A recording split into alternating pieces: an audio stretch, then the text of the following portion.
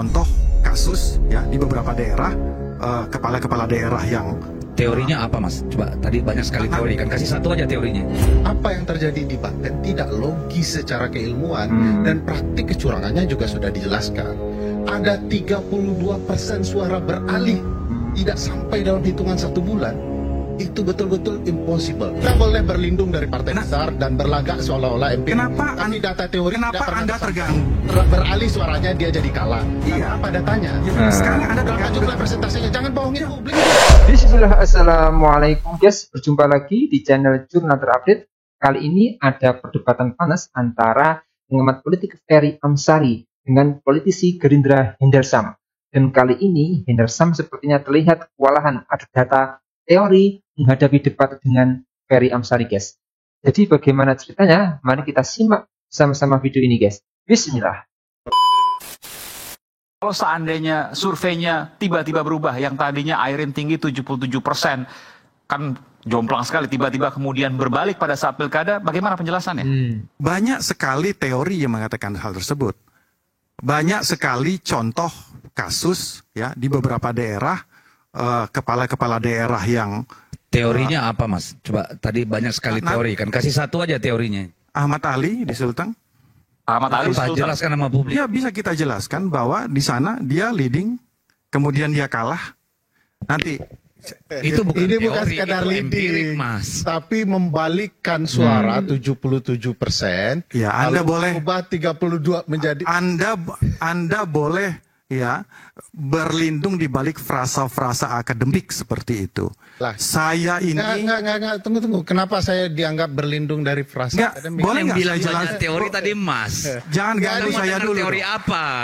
Saya jelaskan dulu. Ilmuannya Jadi, siapa? Mas, Saya tidak ada menjelaskan satu teori. penting, nama dikarang oleh Mariam Ascot, ya, dikeluarkan oleh. Sekarang boleh nggak saya jelaskan Ya, dulu? saya jelaskan supaya Anda tidak menuduh ya. Enggak, saya nggak menuduh. Di Saya dalam- hanya di dalam mengkomparasi fakta. Survei di sana tidak sekedar ruang politik, ada nalar ilmiah di dalamnya. Yes. Pemahaman matematika, statistika, logika yang benar. Apa yang terjadi di Banten tidak logis secara keilmuan dan praktik kecurangannya juga sudah dijelaskan. Ada 32% suara beralih tidak sampai dalam hitungan 1 bulan. Itu betul-betul impossible. Kecuali 1 minggu. Menurut Anda invisible. Boleh nggak sih saya jelasin dulu? ya boleh, tapi Boleh kalau nggak saya dijelaskan jelasin dengan dulu benar, fakta-fakta? gitu. Anda Supaya- boleh berlindung di balik teori, Silakan, saya nanti berlindung di balik bantah fakta. semua. Iya kan? Jangan salahin orang, Mas. Kan Mas tadi yang bilang banyak sekali teori, makanya saya tanya teorinya. Makanya oke. Mana Saya teorinya? jelasin dulu. Ya. Ya kan?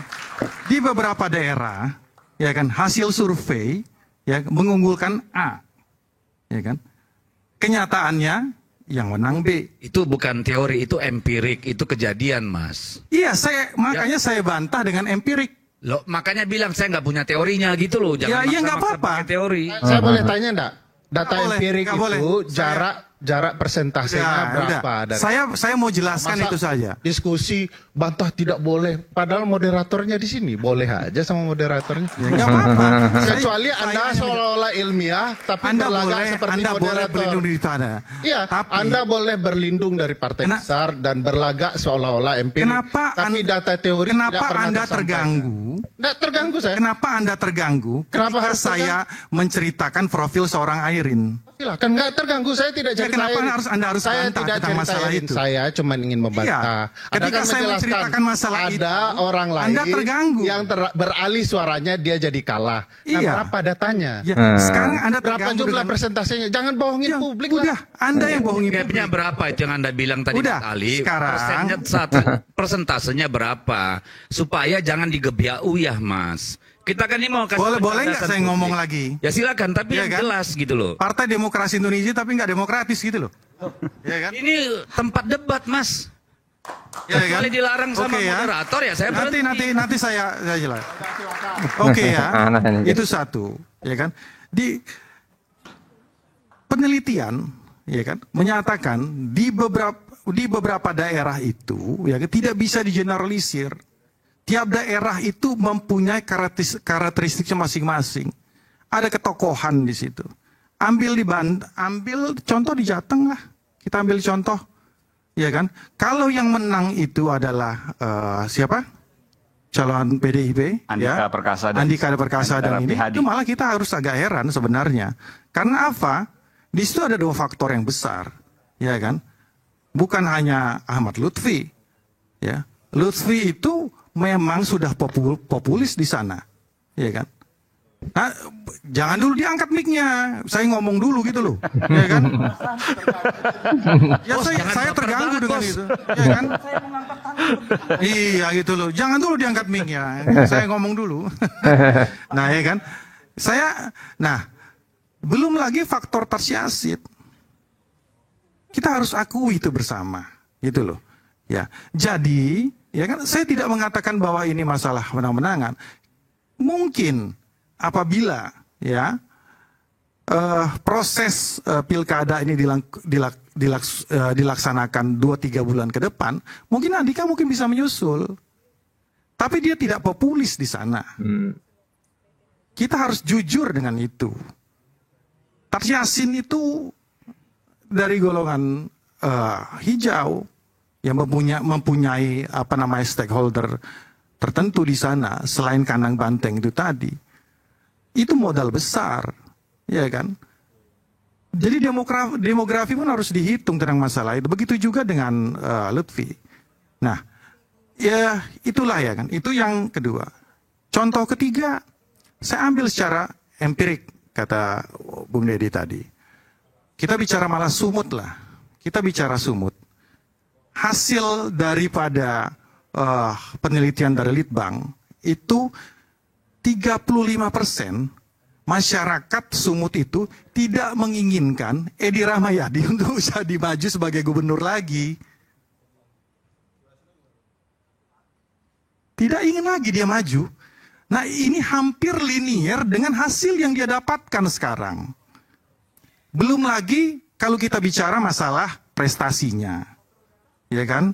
Terlepas dari masalah Bobby-Bobbian, saya nggak bahas masalah ini. Kita bahas masalah itu saja. 35% yang tidak. Artinya Bung Henry sama gini, bahwa apa yang disampaikan oleh Bung Ferry satu hal, tapi bahwa secara empirik logika itu bisa dijelaskan lewat peta-peta politik di sana. Ya pasti kan banyak data. Jadi saya hargai sekali apa yang dikatakan oleh Bang Ferry. Ya. Saya hargai itu masukan, tapi bukan untuk saat ini, tapi untuk regulasi kita ke depannya. Oke, saya berikan kesempatan nanti ke Bung. Oke, sedikit ya, karena saya mau break dulu, benar ya. Itu tidak ilmiah nggak apa-apa juga. Pertama satu soal. Empirik itu ilmiah apa tidak? Ya tunggu dulu, data itu data, bukan soal ilmiahnya. Lihat dulu, penjelasan Anda kan beberapa hal. Saya melihat ada beberapa hal yang perlu dibantah karena tidak ilmiah. Satu soal Bawaslu dikatakan harus lapor, saya kasih tahu ya. Misalnya dalam kasus keberpihakan Pak Prabowo dalam Jawa Tengah. Bawaslu menggunakan pasal 70 soal kampanye ya, makanya ceritanya kampanye ini tidak apa-apa karena hari libur. Itu salah menggunakan pasal. Pasal yang tepat untuk menjerat Pak Prabowo adalah pasal 71. Di mana pejabat negara dilarang untuk melakukan tindakan dan atau kebijakan yang merugikan salah satu pasangan calon dan atau menguntungkan pasangan calon. Tapi bukankah itu sudah diputuskan Bawaslu?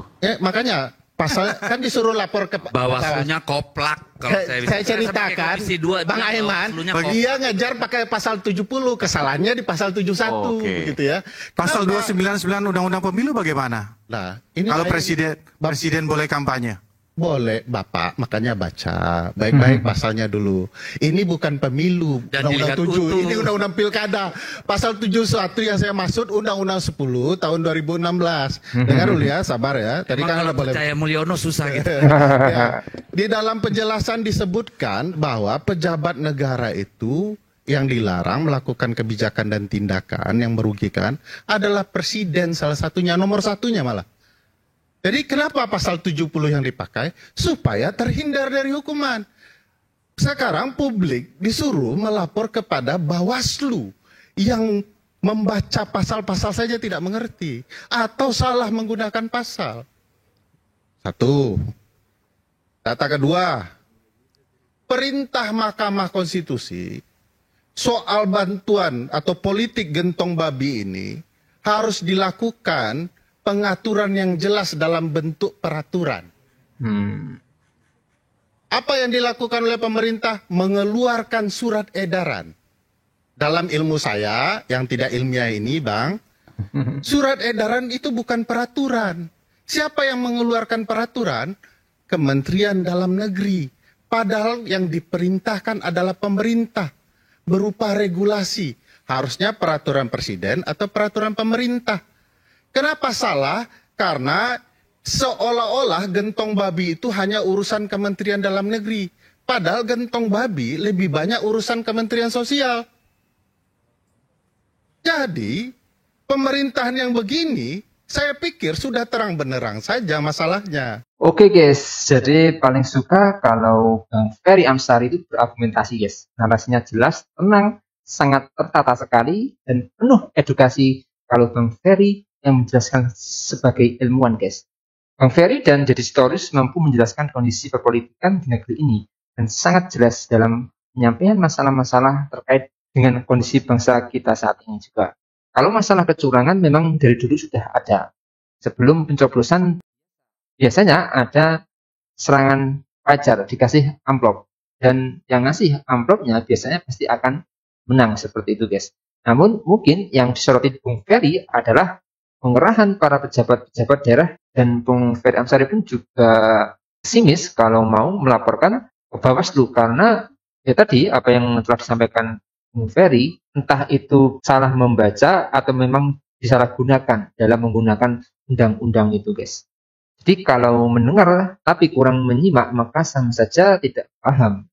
Padahal Pak Ferry Amsari tadi sudah menjelaskan konteks kecurangan secara detail dengan data teori sesuai konteksnya guys. Jadi mungkin itu yang bisa saya jelaskan untuk video kali ini. Bagaimana menurut kalian soal video ini? Tulis komentarnya di bawah ini ya guys. Saya izin pamit dulu. Assalamualaikum warahmatullahi wabarakatuh.